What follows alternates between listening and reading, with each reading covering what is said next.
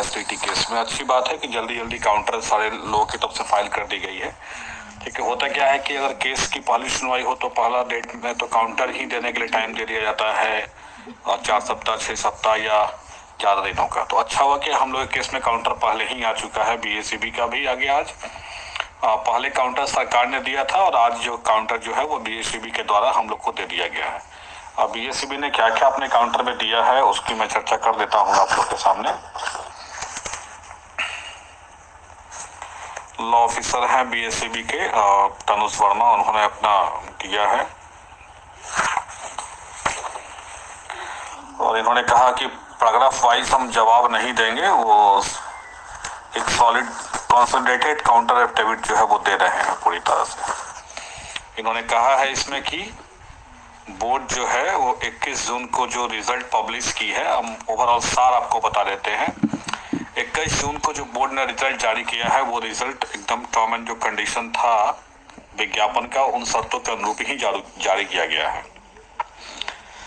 उसके बाद आपको इन्होंने ये भी लिखा कि 9/9 से लेके 21/9 तक ऑनलाइन एग्जाम कंडक्ट कराने की बात थी, और वो ऑनलाइन एग्जाम जो हुआ है वो कंडक्ट कराने की जिम्मेवारी जो है बेल्ट्रॉन के द्वारा सिलेक्ट किया गया था, कि न कि बोर्ड के द्वारा सिलेक्ट किया गया था। यानी सरकार के द्वारा बेल्ट्रॉन एजेंसी को ऑथराइज किया गया था और फिर बेल्ट्रॉन ने TCS को दिया। ठीक है, उसके बाद आपको एग्जाम के टर्म एंड कंडीशंस के बारे में चर्चा की गई है और स्पष्ट रूप से बता रहा है इसमें कि विज्ञापन से स्पष्ट वर्णित है कि चयन की प्रक्रिया क्या होगी।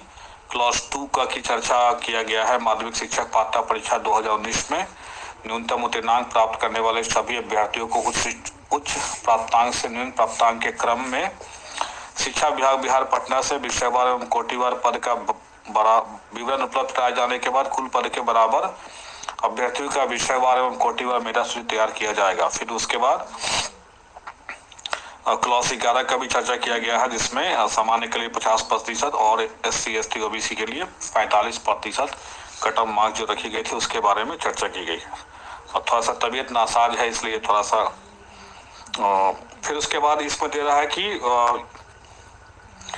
बोर्ड ने कम्युनिकेशन किया था जो सिलेक्टेड एजेंसी है TCS, और TCS से पूरा जो कम्युनिकेशन हुआ था एग्जाम के रिजल्ट के प्रिपरेशन के संदर्भ में, वो पूरा कम्युनिकेशन का लेटर बोर्ड के द्वारा लगाया गया है। पूरा कम्युनिकेशन का लेटर का मतलब हो गया कि जो भी कम्युनिकेशन हुआ था, जैसा आप लोगों ने लास्ट में भी देखा होगा एक लेटर जो था कि TCS एजेंसी को बोर्ड लिखी थी कि कैसे वो रिजल्ट तैयार करेगा, वो सारा लेटर इसमें लगा दिया है। खुद BACB ने ही लगा दिया है काउंटर में। चलिए, ये लेटर हम लोग लगाने वाले थे खुद, लेकिन अच्छा हुआ कि BACB ने खुद दे दिया है कि हमने एजेंसी को लिखा था पत्र, और बोला भी था उसमें, पत्र में लिखा भी हुआ है कि जितने लोग मेरिट जोन में आएंगे सिर्फ उनको क्वालिफाइड दिखाना है, और जो लोग मेरिट जोन में नहीं आएंगे श्रेणीवार कोटिवार उनके आगे डिस्क्वालिफाइड दिखाना है। वो लिख भी रहा है इसमें कि हमने लेटर भेजा था और वो लेटर भी लगा दिया है इसमें। ठीक है, तो अच्छी बात है। हम लोग को लगाने की कोई जरूरत नहीं है, वो तो अब तो खुद बोर्ड ने खुद लगा दिया है, तो हम लोग उसको प्लेस रखा ही हुआ।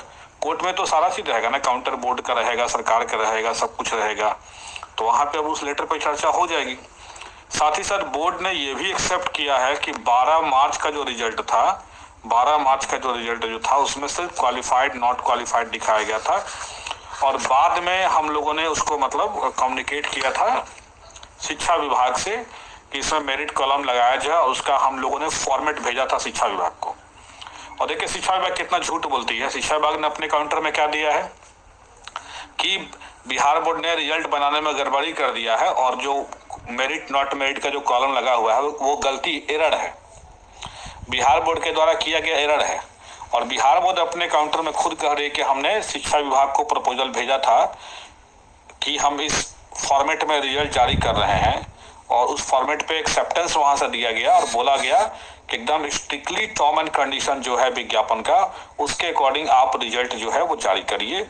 और इसमें शिक्षा विभाग के जो डायरेक्टर थे उनके द्वारा लेटर भेजा गया है बोर्ड को, वो भी इसमें दिया हुआ है। और तब शिक्षा विभाग कहता क्या है कि बोर्ड ने रिजल्ट बनाने में एरर कर दिया। अब इससे अंदाजा लगा लीजिए कि कौन कितना सच बोल रहा है।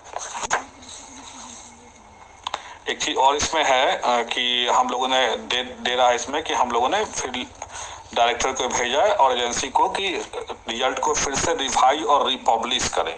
क्योंकि उसने मिनिमम कटअप पे सब लोग को क्वालिफाइड और डिस्क्वालिफाइड दिखाया था। तो मेरिट कॉलम को चिन्हित करते हुए रिजल्ट पब्लिश करने के लिए हम लोगों ने 15वां कॉलम का प्रपोजल दिया था और उसके बाद जो है उस प्रपोजल को जो है एक्सेप्ट किया गया था विभाग के द्वारा और तब हम लोगों ने उस कॉलम को इंक्लूड कराया था उसमें। और यहाँ एक चीज और दे रहा है कि it needs to be clarified earlier result dated 12 March 2021 showed a total number 80,402 candidate to have qualified the state 2019 examination। यहाँ एक बोर्ड ने खुद स्वीकार किया कि 12 मार्च का जो रिजल्ट है उस दिन ही 80,402 लोगों का रिजल्ट दिया गया एज ए क्वालिफाइड के रूप में। यानी कि बोर्ड मान लिया कि रिजल्ट देने में जो गड़बड़ी हुई थी वो 12 मार्च को 80,402 रिजल्ट देकर हुई थी। खुद कह भी रहा है कि 80,402 रिजल्ट हम दिए थे। तो सरकार ने जो एक हवाला दिया था 21 जून का लेटर का कि एनसीटी ने बढ़ा दिया बैठता तो हम भी बैठता लाइफ टाइम बैठता बढ़ा रहे हैं। तो भाई लाइफ टाइम बैठता बढ़ाने का लेटर तो जून में आया था। आप तो 12 मार्च का जब रिजल्ट दिए थे उस दिन आप कैसे दिखा दिए थे, बता दीजिए थोड़ा, क्योंकि बैठता बढ़ाने का लेटर तो जून में आया था। और यहाँ स्पष्ट बीएसएबी कह रहा है कि 12 मार्च को हम लोगों ने 80,000 रिजल्ट ऑलमोस्ट पब्लिश कर दिया था, जिसको हम लोगों ने बाद में 21 जून को चिन्हित करते हुए मेरिट जोन और 30,675 लोगों को मेरिट जोन के अंदर दिखाया। बाकी जो रेस्ट थे 49,727 उनको जो है वो क्वालिफाइड कैंडिडेट्स के रूप में शो किया within the merit zone, but it nowhere indicates or holds that the rest of the qualified इतना candidates now stand disqualified। यानी बोर्ड कह रहा है कि जो बचे हुए कैंडिडेट थे उनको हम लोगों ने डिस्क्वालिफाइड नहीं दिखाया था, सिर्फ क्वालिफाइड दिखाया था, क्योंकि उनका जो मिनिमम जो कट ऑफ मार्क्स है उसको वो ऊपर थे, इसलिए हम लोगों ने उनको पास दिखाया। बाकी सब लोग जो मेरिट में थे उनको हम लोगों ने मेरिट कॉलम के साथ दिखाया। ये खुद बोर्ड जो है मान रही है, कोर्ट में अपना काउंटर में खुद उसने स्पष्ट किया है।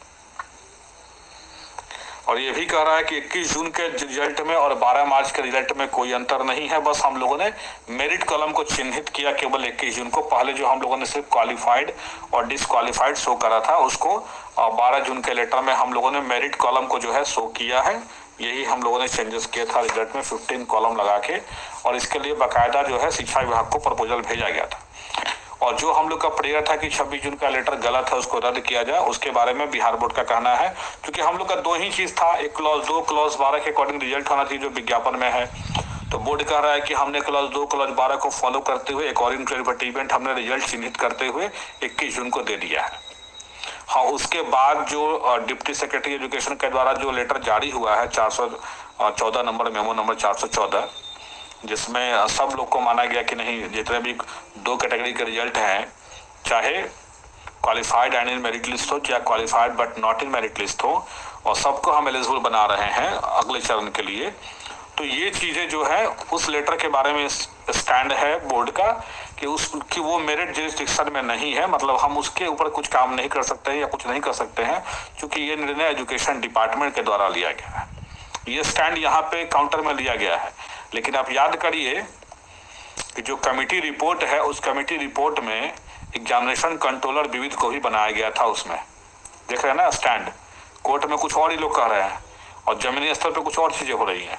कोर्ट में ही खुद कह रहा है कि हमारा ये कार्यक्षेत्र नहीं है कि हम उस पर एक्ट करें, कि जो 26 जून का लेटर जारी हुआ जिसमें सबको बराबर किया गया, उस लेटर के बारे में हम कुछ कहने में समर्थ नहीं है, क्योंकि वो मेरे पावर के पास नहीं है।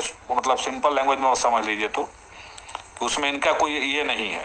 तो जब इनका कोई ये नहीं है तो भाई इनके बने हुए थे एग्जामिनेशन कंट्रोलर, खुद उसमें बने हुए थे, तब उन्होंने क्यों रिकमेंडेशन कमेटी में अपना नाम जुड़वाया फिर, और नाम था उनका, तो उनको अब क्या रिकमेंडेशन दिए अब तो कोर्ट को बताएंगे कि भाई अब यहाँ पे आप कह रहे हैं कि हमारा इसमें कोई रोल नहीं है उस लेटर में, और उस लेटर के निकालने से पहले जो कमेटी बनी हुई है उस कमेटी में आप खुद उसमें शामिल भी हैं।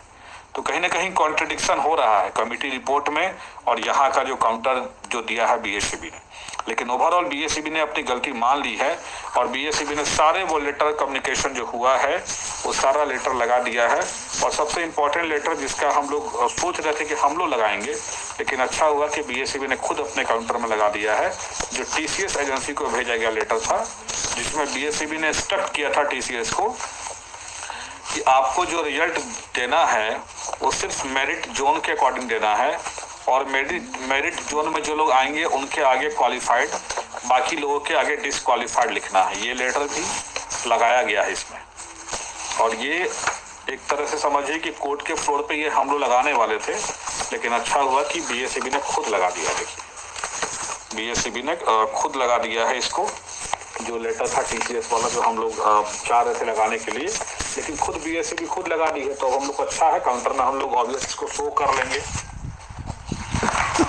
अब आते हैं इसके बाद जो है, जो कम्युनिकेशन जो हुआ था निदेशक शिक्षा विभाग के द्वारा, इन्होंने जो लेटर भेजा था उसका भी लगाया हुआ है।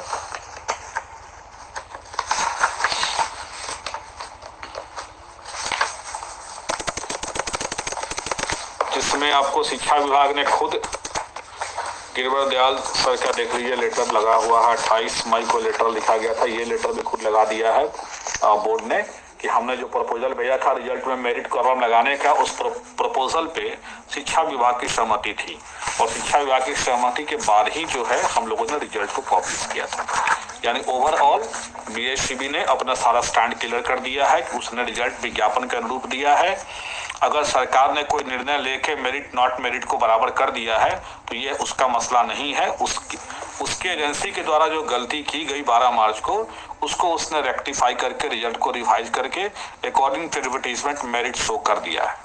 अब जो देखना है कि जो क्लॉज 12 की जो बात है कि जो मेरिट लिस्ट में होंगे उनको ही सर्टिफिकेट देने की बात है और उनको ही क्वालिफाइड माना जाना चाहिए अकॉर्डिंग टू एडवर्टीजमेंट। वो तो खुद आप टीसीएस के पत्र में देख ही सकते हैं। अब ये कहिए कि टीसीएस की गलती, कि उस गलती के कारण बहुत लोग के आगे रिजल्ट में लिखा गया qualified but not in merit list, but actual में ये 15 कॉलम लगना नहीं चाहिए था। एक्चुअल में रिजल्ट में सिर्फ क्वालिफाइड और डिसक्वालिफाइड ही होना चाहिए था अकॉर्डिंग टू एडवर्टीजमेंट। अब देखते हैं आगे केस में क्या होता है। अब सुनवाई तो आज नहीं हो पाई और ऐसा उम्मीद भी था कि आज सुनवाई नहीं होगी, चूंकि 50 नंबर पे केस था। 50 नंबर पे केस होने की वजह से सुनवाई की संभावना काफी कम थी कि सुनवाई होगी। तो शायद ज़्यादा केसेस नहीं सुनवाई हो पाया है, 30-35 के केसेस टेकअप हुए हैं। उम्मीद करिए कि नेक्स्ट वीक में कहीं हो जाए। लेकिन एक चीज़ मैं कहूँगा, बार बार मैं आपसे रिक्वेस्ट करता हूँ कि आप लोग थोड़ा सा सब्र रखिए। हम लोग खुद परेशान है कि जल्दी सुनवाई हो। सब लोग कहते हैं कि सर जल्दी सुनवाई आप लोग धीमे कर रहे हैं, आप लोग की तरफ से कमी किया जा रहा है। तो भाई मैं हर बार एक ही बात बोलता हूँ, अगर कोई हाई कोर्ट का एडवोकेट कोई परिचित है तो उनसे आप बात कर लीजिए और उनसे सारा मैटर को बताइए। वो खुद बता देंगे कि कहाँ आपका मसला है और क्यों नहीं आपकी सुनवाई हो रही है, क्या उसमें हम लोग का कोई रोल है नहीं है, वो सब आपको खुद ब खुद बता देंगे। वो कहने की जरूरत नहीं है। आप खुद देखिए पीआईएल वाला केस देखिए, जबकि पीआईएल केस जल्दी सुनाया था, सब लोग को पता है। लास्ट डे पीआईएल का केस लिस्ट पे भी आया था, लास्ट फ्राइडे को लिस्ट पे आया था, बट फ्राइडे को संविधान दिवस के कारण नहीं हो पाया सुनवाई। अब देखिए इस सप्ताह में फ्राइडे बीत गया लेकिन लिस्ट पे नहीं आ पाया आज। तो गारंटी नहीं है, कोई केस आया लाइनअप हुआ फिर बाहर चला गया, फिर अब वो कब आएगा। ऐसे तो हम लोग चाह रहे हैं कोई भी केस की सुनवाई हो जाए कम से कम एटलीस्ट। हम लोग तो खुद पीआईएल की भी जब सुनवाई थी जिस दिन हम लोग भी चाह रहे थे कि जल्दी सुनवाई हो रही, चलिए अच्छी बात है, कहीं से भी सुनवाई होनी चाहिए, हम लोग तो यही चाह रहे हैं। लेकिन हम लोग के हाथ में कुछ नहीं है, आप इस चीज को समझ लीजिए और सब्र करिए, सब्र का फल मीठा जरूर मिलेगा।